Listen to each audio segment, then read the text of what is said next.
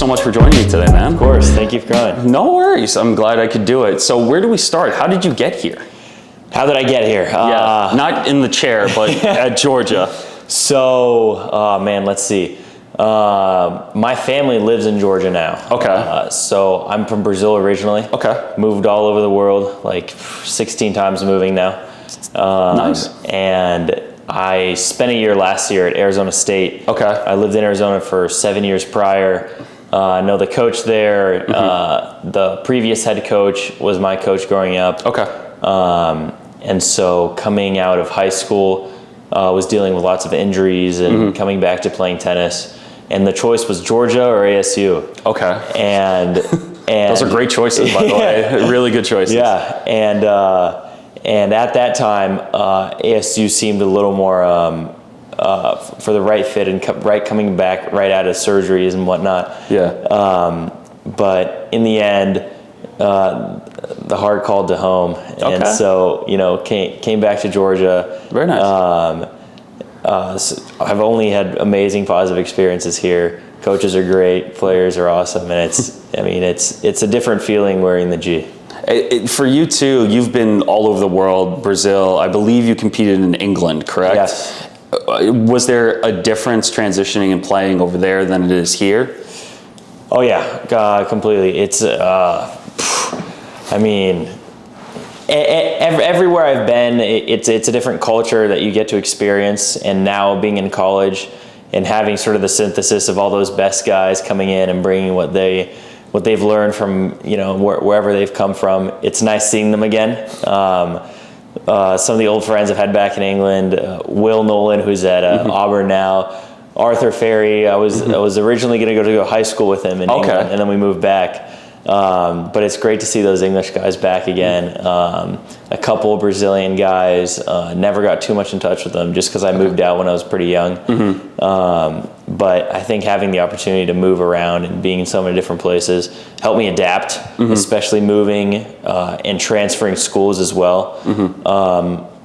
Learning to absorb the culture first, and Georgia's the peak of college tennis culture. So. It really is. If you just look around here, my jaw's been dropped for the last half hour. So it's amazing to be here and seeing you guys. And when you travel this much too, because I've had similar experiences in that area. My dad worked for GE. We lived in Brazil. We lived in Italy. So it's been, I understand where you're coming from. So in that kind of headspace, how would you say moving around helped you get to where you are now?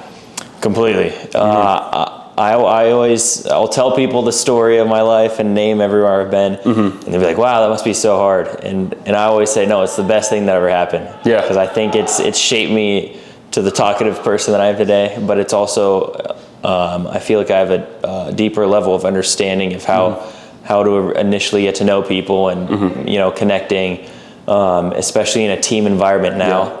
I think being, at what I believe is best college program of all time, and being able to absorb the culture, but also impact the team in my specific way of what I've learned, keeping everyone together, developing the bond, and having an understanding of how each person specifically functions. I think that all comes from just experience of being everywhere all at once. Oh, absolutely. And you're such a positive person, just getting that vibe off of you too. Yeah. How do you stay positive through these injuries that you've sustained, through kind of all this transitioning that you've been doing your whole life? How do you kind of keep that mindset? Yeah. It's learned. It's something where I've always said that happiness isn't something that comes to you. You learn, and it's a state that you're just in. Sometimes to see the beauty of things, you have to look at things in a beautiful way. Oh, wow. Did you come up with that, or did someone else say that? Nietzsche. Okay. It's a German philosopher. Okay. But yeah, no, I've consistently been diving into books and speeches and big into philosophy and psychology and whatnot, just out of interest. And I think interest and necessity too, of trying to keep the best mental state. And I think since I started young and learned a lot and read a lot, I think it's probably one of my biggest assets now. And having to go through all the tough experiences has bulletproofed my mind a little bit. No, that's perfect. And so how would you describe your tennis philosophy? Man, growing up with so many different coaches, I think I had the opportunity to learn from some of the best minds in tennis. Going back to Arizona, sort of my first big coach is Lou Belkin, former head coach of ASU for 26 years. We were close with Bob Brett, who passed away a couple years ago, but was also a good influence while I was in England and whatnot. But I would say I'm very meticulous about tennis. I think all movements have a specific purpose. I like to look at the science behind things. And a shameless plug, I've started a little online tennis academy. Really? Yeah, it's called Costa Tennis Academy. Okay, I like it. Yeah, and that it sort of goes through my philosophy of what I like to think about from a scientific aspect. I think that's, to me, if the more answers I have and the more awareness I have of tennis, the less confused and the less sort of lost people can seem on a tennis court, and I wanted to share that.